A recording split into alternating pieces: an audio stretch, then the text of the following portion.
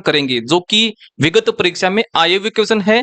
आपको क्लास शुरू से लेकर के लास्ट तक जुड़ना है, लगातार जुड़े रहना है ताकि आपको किसी प्रकार की तकलीफ नहीं होगी। आज का हमारा पहला क्वेश्चन है दीर्घ, गुण, वृद्धि एवं यण और अयादि की संधि के प्रकार हैं। तो ये प्रकार हैं किसके? स्वर संधि के। तो ऑप्शन नंबर सी हमारा हो गया है आंसर। अगला देखिए, ए या आ के बाद यदि ए या आई आए या औ का आगमन हो तो दोनों के मेल से क्रम से ये बड़ा ए आएगा तथा औ हो जाता है तो उसे संधि कहते हैं। तो वो संधि कहलाएगी क्या? वृद्धि संधि। ऑप्शन नंबर बी हो जाएगा आंसर। जैसे समझिए, जैसे है सदैव, सदैव शब्द है तो इसकी संधि कैसे बनेगी? तो इसकी संधि बनेगी सदा प्लस एव, सदा प्लस एव, सदैव। समझिए, देखिए इस तरफ क्या है? आ है, इस तरफ आ है और इस तरफ क्या आ गया है? ए आ गया है। तो देखिए आ और ये बड़ा ए है, ये क्या बनाएंगे? आई बनाएंगे। तो देखिए आई आएगा, ये आ रहा है बिल्कुल। तो यहां पर कौन सी संधि हो गई है? आपकी वृद्धि संधि हो गई है। जैसे आपका एक और वर्ड देखिए, पर परमोसद, परमोसद ये है तो इसका क्या होगा? परम धन औसद, परम धन औसद ये है। तो देखिए इस तरफ क्या है? ए और इस तरफ क्या आ जाएगा? औ आ जाएगा। तो दोनों मिलकर क्या बनाएंगे? औ बनाएंगे। तो ये कौन सी संधि हो गई है? वृद्धि संधि। आई होप ये समझ में आ गया होगा। अगला क्वेश्चन देखिए, अगला क्वेश्चन है संधि का विग्रह करके प्रकार बताइए। मनोभाव शब्द है तो इसका संधि विच्छेद क्या होगा? तो इसका संधि विच्छेद होगा मन है, मन है धन भाव। और ये कौन सी संधि है? इसमें विसर्ग संधि है, विसर्ग लगा हुआ तो ये हो गई है विसर्ग संधि, विसर्ग संधि। तो कौन सा ऑप्शन हो जाएगा? तो इसमें ऑप्शन नंबर डी हो जाएगा कि इनमें से कोई सा भी नहीं है। अगला क्वेश्चन देखिए, ग्रामगत कौन सा समास है? तो इसमें कौन सा समास है? तो इसका समास विग्रह क्या होगा ग्रामगत का? तो इसका होगा ग्राम को गया हुआ, ग्राम को गया हुआ, गया हुआ। तो यहां पर क्या आ रहा है? कौन सा कारक आ रहा है? को है तो एक को किसके साथ है? तो को तो आता है कर्ता ने कर्म को। तो कर्म को, कर्म के साथ क्या आता है? को आता है। देखिए यहां पर को है तो यह है कर्म तत्पुरुष समास है। ऑप्शन नंबर बी हमारा क्या हो गया है? आंसर हो गया है। आई होप आपको यह समझ में आ गया होगा। अगला क्वेश्चन देखिए, अगला क्वेश्चन है जितेंद्रिय समास का विग्रह कीजिए। तो इसका विग्रह क्या होगा? तो जितेंद्र का होगा जिसने इंद्रियों को जीत लिया हो, वो हो जाएगा क्या? समास विग्रह। तो ऑप्शन नंबर सी हो जाएगा आंसर। और इसमें कौन सा समास है? तो इसमें है बहुब्रीहि समास,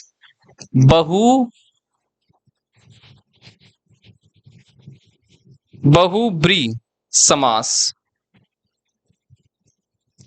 और जिसने इंद्रियों को अपने कंट्रोल में कर लिया हो, मतलब जीत लिया हो, वो कौन होते हैं? वो साधु होता है, सन्यासी होता है, साधु या फिर सन्यासी। तो अलग अर्थ निकल रहा है।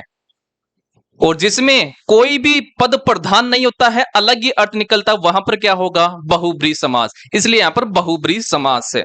अगला क्वेश्चन देखो, समास का विग्रह करके प्रकार बताइए। तो यह है मृग लोचन। लोचन मतलब क्या होती है? आंख। मृग यानी क्या होता है? हिरण। तो हिरण के समान आंख, मतलब यहां पर विशेषण और विशेष्य की बात की जा रही है। और जहां पर विशेषण और विशेष्य की बात की जाती है वहां पर क्या होता है? कर्मधारय समास। तो पहली बात तो यहां पर कर्मधारय समास है। तो मृग के समान जिसके लोचन होते हैं, आंख होते हैं, उसको बोलते हैं क्या? मृग लोचन। तो यहां पर विशेषण और विशेष्य है तो इसमें कर्मधारय समास भी होगा। ठीक है, ऑप्शन नंबर ए हो जाएगा आंसर।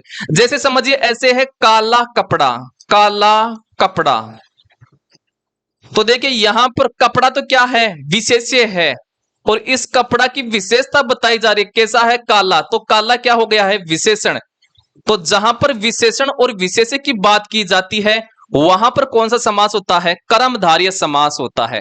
ठीक है, अगला क्वेश्चन देखिए।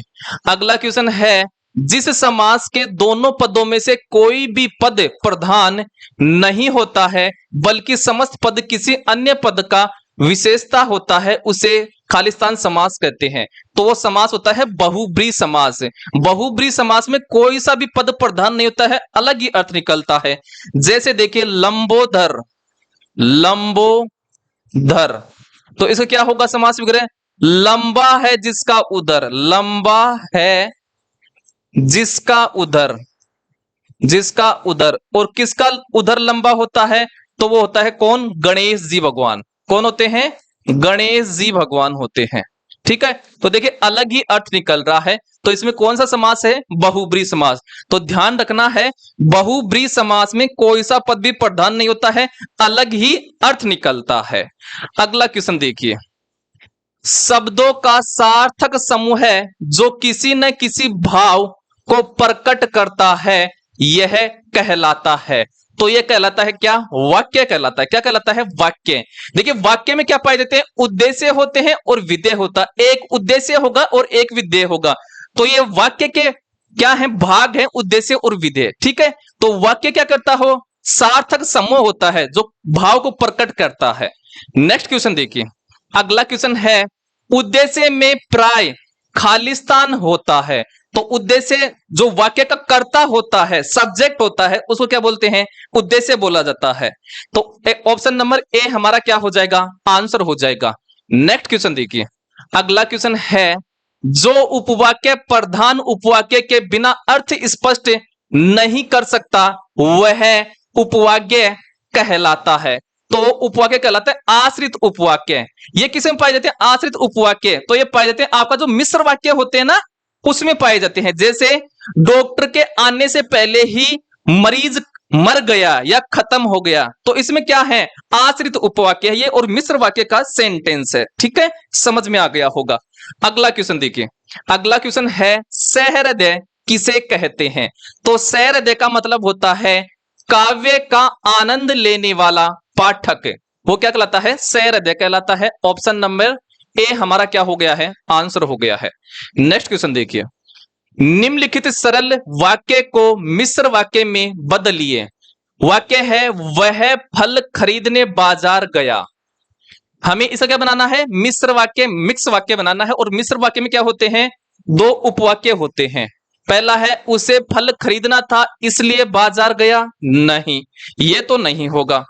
अगला देखिए। अगला है, उसे बाजार जाना था क्योंकि उसे फल खरीदना था। नहीं, ये भी नहीं है। देखिए यहां पर क्या है? क्योंकि है, इसलिए है। क्योंकि और इसलिए जो आता है, ये आता है संयुक्त वाक्य के लिए। मतलब दो वाक्य क्योंकि और इसलिए और से जुड़े होते हैं, वहां पर हमेशा संयुक्त वाक्य होता है। ठीक है, ये बात आपको समझ में चाहिए। तो ऊपर वाले ए और बी जो है, ये संयुक्त वाक्य के एग्जाम्पल है। अब देखिए, जब उसे फल खरीदने थे तब वह बाजार गया। जब वाक्य में जब तब आए, यहां वहां आए, तब वाक्य जो होता है ये आपका मिश्र वाक्य होता है। तो ऑप्शन नंबर सी हमारा क्या हो गया है? आंसर हो गया है। आई होप समझ में आ गया होगा। नेक्स्ट क्वेश्चन देखिए। अगला क्वेश्चन है, निम्नलिखित सरल वाक्य को संयुक्त वाक्य में बदलिए। हमारे पास वाक्य है, प्रातः काल पक्षी चहचहाते हैं। ये वाक्य है और इसको संयुक्त वाक्य में कंपाउंड सेंटेंस में हमें बदलना है। पहला है, प्रातः काल हुआ इसलिए पक्षियां चहचहाने लगिया। पक्षियां हैं, यह आता है पक्षियों, आता है बहुवचन होता, पक्षियां नहीं, इसलिए गलत हो गया ये वाला। ठीक है, समझ में आ गया होगा। प्रातः काल हुआ और पक्षी चहचहाने लगे, ये बात बिल्कुल सत्य है। तो ऑप्शन बी हमारा क्या हो जाएगा? आंसर हो जाएगा। आगे देखिए, प्रातः काल हो गया था। अच्छा, पहले होता था अब नहीं होता है क्या? तो ये वैसे गलत हो गया है ना, क्योंकि प्रातः काल तो डेली होता है, इसलिए ये वैसे गलत हो गया है। तो ऑप्शन नंबर बी हमारा क्या हो गया है? आंसर हो गया है। नेक्स्ट क्वेश्चन देखिए। अगला क्वेश्चन है, द्विवेदी युग के प्रवर्तक खालिस्तान है। तो द्विवेदी युग के जो प्रवर्तक हैं वो है महावीर प्रसाद द्विवेदी हैं, जो कि ऑप्शन नंबर बी हो गया है आंसर। नेक्स्ट क्वेश्चन देखिए। अगला क्वेश्चन है, जहां पर उपमेय में उपमान का आरोप होता है अथवा उपमान और उपमेय को एक रूप में मान लिया जाता है, वहां खालिस्तान अलंकार होता है। तो वहां पर जो अलंकार होगा वहां पर रूपक अलंकार होता है। ऑप्शन नंबर ए हमारा क्या हो गया है, आंसर हो गया है। नेक्स्ट क्वेश्चन देखिए, अगला क्वेश्चन है निम्नलिखित में से कौन सा अनुवाद का प्रमुख भेद नहीं है। देखिए अनुवाद के जो भेद हैं ये आपका देखिए स्तर भी है, भाषा भी है, श्रेणी या फिर इसी का नाम है पदक्रम। ये क्या है आपके इसके अनुवाद के भेद हैं, लेकिन सीमा है ये आपका इसका भेद नहीं है। तो ऑप्शन नंबर ए हमारा क्या हो गया है, आंसर हो गया है। ठीक है, चलते हैं अगले क्वेश्चन पर। अगला क्वेश्चन देखिए, निम्नलिखित पद्य भाग जिस अलंकार का उदाहरण है। तो हमें पद्य दे रखा है, शीतल ज्वाला जलती है। देखिए जब शीतल ज्वाला होगी क्या जलेगी, क्या मतलब ज्वाला जब ठंडी की जलेगी, क्या मतलब विरोध कर रहा है, विरोधाभास हो रहा है यहां पर। अगला है ईंधन होता द्रग जल का। तो यहां पर कौन सा होगा, मतलब विरोधाभास हो रहा है। तो जहां पर विरोधाभास होता है वहां पर होता है विरोधाभास। ठीक है, ऑप्शन नंबर सी हमारा हो गया है आंसर। अगला क्वेश्चन देखिए, अगला क्वेश्चन है जिन छंदों की रचना में मात्राओं की गिनती की जाती है वे खालिस्तान कहलाते हैं। तो वे कहलाते हैं मात्रिक छंद कहलाते हैं। क्या कहलाते हैं, मात्रिक छंद। ऑप्शन नंबर बी हो गया है आंसर। चलिए अगले क्वेश्चन पर। अगला क्वेश्चन है खालिस्तान छंद यह एक मात्रिक छंद है। इसके प्रत्येक चरण में 15-13 की यति पर कुल 28 मात्राएं होती हैं। तो वो क्या होता है, उल्लालास होता है। ऑप्शन नंबर बी हो जाएगा आंसर। तो उल्लाला छंद में एक मात्रिक छंद, इसके प्रत्येक चरण में 15-13 की यति पर कुल कितनी मात्राएं होंगी, ध्यान में रखना है। उलाला, उलाला में कितनी मात्राएं होंगी, टोटल 28 मात्राएं होंगी। ठीक है, 15 और 13 की यति पर। अगला क्वेश्चन देखो, अगला क्वेश्चन है यदि स्वर तंत्रियां दूर हो तो वायु को निकलने में कोई विशेष प्रयत्न नहीं करना पड़ता और इस प्रकार निकाली हुई ध्वनि कहलाती है। तो इस प्रकार की ध्वनि कहलाती है क्या, अघोष कहलाती है। क्या कहलाती है, अघोष कहलाती है। ऑप्शन नंबर बी हमारा हो जाएगा आंसर। नेक्स्ट क्वेश्चन देखिए, अगला क्वेश्चन है जहां देखने सुनने में निंदा सी प्रतीत होती है पर होती है प्रशंसा, यह कौन सा अलंकार होता है। तो यहां पर अलंकार होगा व्याज स्तुति अलंकार। ऑप्शन नंबर बी हो गया है आंसर। नेक्स्ट क्वेश्चन देखो, अगला क्वेश्चन है मिलान हमें करना है, मैच करना है हमें। एक तरफ दे रखे हैं एग्जाम्पल और दूसरी तरफ दे रखा है हमें क्या, समास दे रखा है कि कौन सा समास है। चलो यथा संभव, यथा संभव है तो इसके शुरुआत में यथा क्या है, उपसर्ग है। यथा समय है, सॉरी क्या है, यथा समय। तो इस यथा समय में शुरुआत में क्या है, यथा उपसर्ग है। और जिसमें उपसर्ग होता है वहां पर क्या होता है, अव्यय भाव समास होता है। तो एक के लिए तो आ जाएगा 1 नंबर। अब देखिए 1 नंबर किसमें है, देखिए इसमें नहीं है, कट गया है। इसमें है, इसमें नहीं है, कट गया है। इसमें नहीं है, कट गया है। ऑप्शन नंबर बी हो जाएगा आंसर। अगला देखिए पाप पुण्य। देखिए जहां पर ये हाइपन योजक का चिन्ह होता है ना, वहां पर हमेशा आपका कौन सा समास होगा, द्वंद्व समास होगा। कौन सा होगा, द्वंद्व। तो इसका क्या बनेगा, समास विग्रह पाप और पुण्य, पाप और पुण्य। तो जहां पर या और अथवा का प्रयोग होता है वहां पर द्वंद्व समास होता है। अगला देखिए सत मंजिल। देखिए जब शुरुआत में क्या हो, संख्यावाची शब्द हो, संख्यावाची शब्द हो, वहां पर क्या होता है, द्विगु समास होता है। तो इसके लिए आ जाएगा क्या, 4 नंबर। और पापुण्य में आ जाएगा क्या, द्वंद्व समास। और मक्खी चूस, जो मक्खी को चूसने वाला होता है, और वो कौन होता है, हमेशा कंजूस, मतलब रुपया खर्चा कम करने वाला होता है। तो जिस शब्द में कोई पद प्रधान नहीं होता है वो कौन होता है, बहुब्री समास। तो इसके लिए आ जाएगा डी नंबर। ठीक है, अब देख लीजिए बी आपका राइट आंसर हो गया है। नेक्स्ट क्वेश्चन देखिए, अगला क्वेश्चन है जिस शब्द में से में उपसर्ग का प्रयोग हुआ है वह कौन सा है। देखिए उपकार है, इस उपकार में शुरुआत में उप है, ये क्या है आपका उपसर्ग है, तो ऑप्शन नंबर ए ही हमारा क्या हो गया है, आंसर हो गया है। ठीक है, तो उपकार में उप क्या है, उपसर्ग है, और उपसर्ग कहां पर जुड़ते हैं, शुरुआत में जुड़ते हैं, वाक्य के प्रारंभ जो शब्द होता है उसके प्रारंभ में जुड़ता है भाई साहब। ठीक है, नेक्स्ट क्वेश्चन देखिए, अगला क्वेश्चन है, शायद धूप निकल आए वाक्य का काल भेद है। देखिए, जब मान ली लगातार बरसात हो रही तो हम बोलते हैं कि कल शायद धूप निकल आए, तो हम किसकी बात कर रहे हैं, भविष्य की बात कर रहे हैं, आने वाले समय की, और आने वाले समय की बात करते हैं तो वो कौन सा होता है, भविष्य काल होता है। ऑप्शन नंबर ए हमारा क्या हो गया है, आंसर हो गया है। और जो बीत गया हो समय उसको बोलते हैं भूतकाल, और जो वर्तमान में चल रहा हो, है ना, जिस समय का हम आनंद उठा रहे हैं, वो होता है वर्तमान काल होता है। ठीक है, अगला क्वेश्चन देखिए, अगला क्वेश्चन है, उपल और उत्पल शब्द युगम के सही अर्थ भेद का चयन कीजिए। देखिए, उपल है, इसका अर्थ क्या होता है, ओला होता है। ओला कहां पर है, देखिए ये रहा ओला। और उत्पल है, इसका अर्थ होता है कमल, क्या होता है, कमल। तो ऑप्शन नंबर ए हमारा क्या हो गया है, आंसर हो गया है। ठीक है, नेक्स्ट क्वेश्चन देखिए, अगला क्वेश्चन है, निम्न में से महाप्राण ध्वनि नहीं है। महाप्राण जो ध्वनि है वो इनमें से कौन सी नहीं है, तो ऑप्शन नंबर ए जो है ये नहीं है, क नहीं है।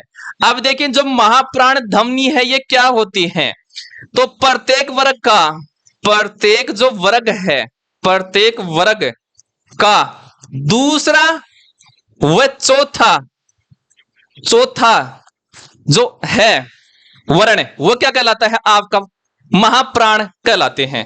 जैसे ख है, ख हो जाएगा ग, ये हो गया है। फिर छ और ज, फिर आपका क्या हो जाएगा, ठ और ड हो जाएगा, ड डखन वाला। और फिर आपका क्या हो जाएगा, इसके अलावा प, सॉरी फ और ब हो जाएगा। ये क्या है, आपके महाप्राण है। इसके अलावा जो उसमें व्यंजन है, उसमें व्यंजन, ये क्या कहलाते हैं, महाप्राण। उसमें व्यंजन कौन कौन से होते हैं, तो ये आपके जो से होते हैं, से और हैं, ये हैं। तो ये क्या होते हैं, आपके महाप्राण ध्वनि वाले हैं।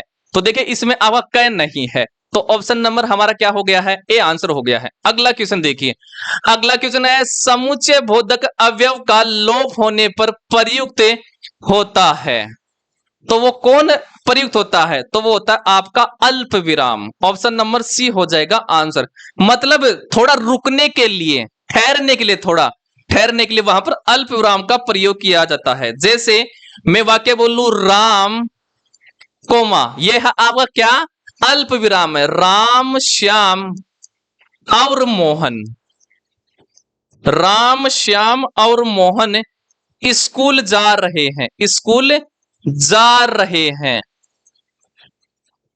तो यहां पर जो ये है ना, ये जो प्रयुक्त हुआ है विराम, ये अब कौन सा है, अल्प विराम है। थोड़ा हमने ठहरा है यहां पर, तो थोड़ा ठहरने के लिए अल्प विराम का प्रयोग किया जाता है। नेक्स्ट क्वेश्चन देखिए, गणों की सही संख्या क्या है, तो जो गण होते हैं वो आपके 8 होते हैं। ऑप्शन नंबर बी हो जाएगा आंसर। कौन कौन से हो जाएगा, तो पहला हो जाएगा ब्रह्मा, क्या हो जाएगा, ब्रह्मा हो जाएगा, पहला तो हो जाएगा ब्रह्मा।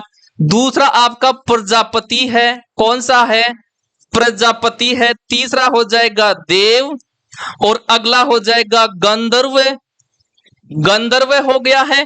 फिर अगला हो गया है यक्ष, और अगला है राक्षस, और अगला है आपका पिशाच, और लास्ट है मनुष्य या फिर मानव। ये आपके क्या है, 8 गण हैं। ध्यान में रखना आपको ये बात। नेक्स्ट क्वेश्चन देखिए, अगला क्वेश्चन है, मोहन प्रकाश जी खालिस्तान हिंदी पढ़ाते हैं, इस वाक्य में रिक्त स्थान की पूर्ति अन्य पुरुषवाचक सर्वनाम में करें, ये हमें बताना है।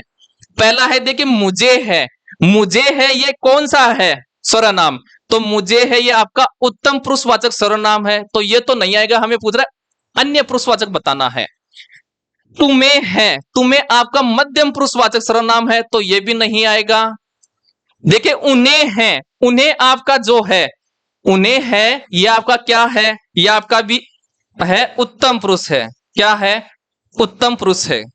ठीक है, उन्हें क्या है आपका उत्तम पुरुषवाचक है। सॉरी, ये नहीं है, ये नहीं है, तो आपका क्या है, गलत हो गया ना, ये नहीं है, ये तो आपका अन्य पुरुषवाचक है। ये आपका क्या है, अन्य पुरुषवाचक, अन्य पुरुषवाचक है। तो ऑप्शन नंबर सी हो जाएगा आंसर। और हमें है, ये है उत्तम पुरुष, उत्तम पुरुषवाचक है। ध्यान में रखना है ये बात। ठीक है, अगला क्वेश्चन देखिए। अगला क्वेश्चन है, कृत्य प्रत्यय किन शब्दों के साथ जुड़ते हैं? तो वो जुड़ते हैं किसके साथ? क्रिया के साथ, अर्थात वर्ब के साथ जुड़ते हैं। किसके साथ जुड़ते हैं? वर्ब के साथ। अगर हमें पूछा कृदंत, तो कृदंत जुड़ते हैं संज्ञा के साथ। ध्यान में रखना है आपको ये बात। जैसे एग्जाम्पल देखें, जैसे पढ़, पढ़ क्या है आपकी क्रिया है। जब मैं इस पे मैं क्या जोड़ दूं, अक जोड़ दूं, तो क्या बन जाएगा? पाठक बन जाएगा। ठीक है, तो देखिए हमने क्रिया में जोड़ा अक प्रत्यय, और ये क्या है, कृत प्रत्यय है, तो बन गया है पाठक। अगला क्वेश्चन देखिए। अगला क्वेश्चन है, दोहा और सोरठा किस प्रकार के छंद है? तो दोहा और सोरठा है, ये आपके अर्धसम मात्रिक क्या है, छंद है। तो ऑप्शन नंबर सी हो गया है आंसर। नेक्स्ट क्वेश्चन देखिए। कर रूपी कमल यह किस समास का उदाहरण है? कर रूपी कमल मतलब यहां पर किसकी बात की जा रही है? विशेषण और विशेष्य की बात की जा रही है। और जहां पर विशेषण और विशेष्य की बात की जाती है, वहां पर कर्मधारय समास होता है। तो ऑप्शन नंबर डी हमारा क्या हो गया है, आंसर हो गया है। जैसे बात करें सुहावना मौसम, सुनहरा मौसम, सुनहरा मौसम, मौसम या सुहावना मौसम, सॉरी सुहावना मौसम, तो ये इस जो विशेषता बताता है, ये क्या होता है, विशेषण होता है। और जिसकी विशेषता बताई जा रही है, तो यहां पर मौसम की विशेषता बताई जा रही है, तो ये क्या हो गया है, विशेष्य हो गया है। और जहां पर विशेषण और विशेष्य की बात की जाती है, वहां पर आपका कर्मधारय समास होता है। क्या होता है, कर्मधारय। ये क्या है आपका, विशेष्य है। क्या है, विशेष्य, विशेष्य। ठीक है, समझ में आ गया होगा। अगला क्वेश्चन देखिए। अगला क्वेश्चन है, बड़े दिनों बाद दिखाई दिए तुम तो खालिस्तान ही हो गए हो। तो क्या होगा यहां पर? देखिए बड़े दिनों बाद में क्या दिखाई देता है, ऑप्शन में देखिए। आसमान के तारे, नहीं, आसमान के तारे तो डेली दिखते हैं रात को, तो ये थोड़ी ना होगा। आंख के तारे, नहीं भाई साहब, ये भी नहीं होगा। ईद का चांद, देखिए ईद का चांद है, ये बहुत दिनों बाद दिखाई देता है। तो ऑप्शन नंबर क्या हो जाएगा, सी हमारा आंसर हो जाएगा। ऑप्शन नंबर सी हो गया आंसर। बड़े दिनों बाद दिखाई देना मतलब कुछ समय के लिए विलुप्त हो जाना, है ना। अगला क्वेश्चन देखिए। अगला क्वेश्चन है, दीक्षांत का सही संधि विच्छेद होगा। तो दीक्षांत का संधि विच्छेद होगा दीक्षा प्लस अंत। क्या होगा, दीक्षा प्लस अंत। ऑप्शन नंबर सी हो गया है आंसर। तो होगा दीक्षा प्लस अंत। इस तरफ छा में आ निकाल लीजिए, तो छह आधा बच जाएगा। और इस तरफ ए निकाल लीजिए, आ और ए मिलकर के दीर्घ स्वर का निर्माण कर लेंगे, आ ही आ जाएगा। और जहां पर दीर्घ स्वर का निर्माण हो जाता है, वहां पर कौन सी संधि होगी, दीर्घ स्वर संधि। तो यहां पर कौन सी संधि है, दीर्घ स्वर संधि है। ठीक है, ध्यान में रखना है। नेक्स्ट क्वेश्चन देखो। अगला क्वेश्चन है, भूखे को खाना दो रेखांकित शब्दों के कारक के सही विकल्प हैं। तो कौन सा कारक होगा, देखिए कर्ता ने कर्म को, देखिए को आ रहा है इसके साथ, तो किस कारक के साथ को आता है, तो कर्ता ने कर्म को, कर्म के साथ को आता है। तो यहां पर ये क्या है, भूखे कर्म है और इसके साथ को आ रहा है। तो ऑप्शन नंबर बी हो गया है आंसर। नेक्स्ट क्वेश्चन देखो, आह्वान का वर्ण विच्छेद क्या होगा, ये हमें बताना है। तो देखिए शुरुआत में आ है, तो आ ऐसा का ऐसा आएगा। देखिए यहां पर आ है, इसमें नहीं है, कट गया है, इसमें है, इसमें है। अब देखिए है अलंत है, आधा, ये तो है आधा ही आएगा सब में। तो यहां पर है, यहां पर भी है, यहां पर भी है। अब देखिए वाह है, तो वाह में आ निकालेंगे तो वह आधा आएगा। अब देखिए वह आधा कहां पर है, यहां पर है, यहां पर देखिए ये पहले आना चाहिए, वह पहले आता है। ठीक है, जबकि व्यंजन होते हैं आधे वो पहले आते हैं। तो देखिए यहां पर पहले स्थान पर नहीं है, कट गया है। यहां पर वह आ रहा है तो ये तो आएगा नहीं, क्योंकि वहां में से हम आ निकाले तो वह हलंत आएगा, तो ये कट गया है। तो ऑप्शन नंबर कौन सा हो गया? ए। तो देखिए वहां में से वह हलंत आ गए, फिर आ जाएगा, अब फिर न आ रहा है तो न में से ए निकालेंगे तो न हलंत आएगा, न आधा आएगा तो न आधा है, और लास्ट में ए आ गया। तो ऑप्शन नंबर ए हमारा इस प्रकार से होगा। इस प्रकार से आपको क्वेश्चन को एलिमिनेट करना होता है। अगला क्वेश्चन देखिए, अगला क्वेश्चन है निम्नलिखित में से कौन सा शब्द क्रिया विशेषण है? क्रिया विशेषण हमें बताता है। क्रिया विशेषण क्या होता है? जो क्रिया की विशेषता बताता है उसको बोलते हैं क्रिया विशेषण बोला जाता है। तो इसमें जो तेज है वो क्या है? क्रिया विशेषण। जैसे हम बोलते हैं ना तेज दौड़ना, तेज दौड़ना, दौड़ना क्या है? क्रिया है। दौड़ना ये क्या है? क्रिया है। और ये क्रिया की क्या बता रहा है? विशेषता तेज, तो ये क्या हो गया है? क्रिया विशेषण। और जो विशेषता बताता है उसको क्या बोलते हैं? क्रिया विशेषण बोला जाता है। जैसे तेज भागना वगैरह। ठीक है, आई होप समझ में आ गया होगा। अगला क्वेश्चन देखिए, अगला क्वेश्चन है मेरा घर स्कूल से बहुत दूर है, रेखांकित शब्द का कारक क्या है? तो यहां पर रेखांकित शब्द में कारक कौन सा है ये हमें बताना है। तो यहां पर जो है वो है आपका क्या? अपादान कारक है। अपादान कारक, अपादान से अलग होता है। तो देखिए स्कूल के साथ क्या आ रहा है? से आ रहा है, मतलब अब अलग होने के भाव को प्रकट करता है अपादान कारक। और अपादान से आता है से अलग। तो स्कूल से क्या हो रहा है? ये अलग हो रहा है इसका घर। ठीक है, तो ऑप्शन नंबर सी हो गया है आंसर। नेक्स्ट क्वेश्चन देखिए, मिलान कीजिए, मिलान हमको करना है। पहला है पर्णकुटी, दूसरा है चारपाई, और अगला है सतसई और है बेखूबी। अब इस प्रकार में जब भी क्वेश्चन आए तो पहले आप वो करिए जो आपको आता है वर्ड। जैसे बेखूबी है तो बे यहां पर क्या है? इस बेखूबी में बे आपका उपसर्ग है, और जहां पर उपसर्ग होता है वहां पर अव्ययी भाव समास होता है। तो डी के लिए क्या आ गया है? 2 नंबर। 2 नंबर देखिए कहां पर है? देखिए इसमें है और में है ही नहीं, इसमें भी नहीं, इसमें भी, इसमें नहीं है, कट गया, इसमें नहीं है, इसमें नहीं है। तो ऑप्शन नंबर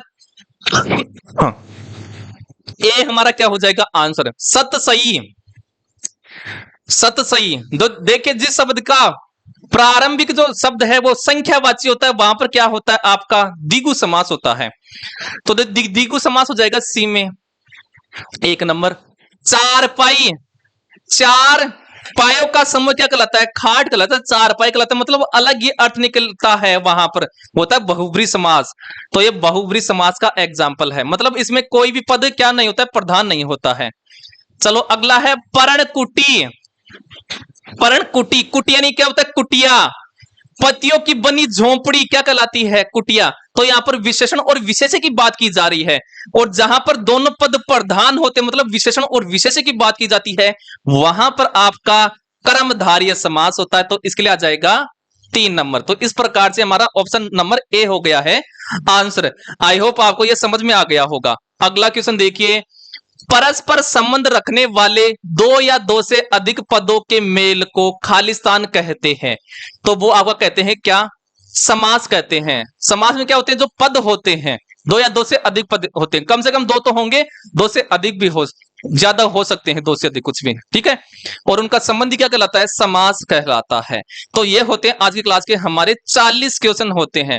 भाई साहब इसी प्रकार से बने रहिए, क्वेश्चन जो होंगे वो लगभग 3,000 प्लस होंगे हिंदी के। ठीक है, ये कर लेने के बाद में हिंदी दौड़ना स्टार्ट हो जाएगी माइंड में, और किसी प्रकार का एग्जाम में क्वेश्चन नहीं होगा हिंदी से रिलेटेड। ठीक है, अगर आपको ये क्लास अच्छी लगती है, हमारी क्लास अच्छी लगती है, तो क्लास को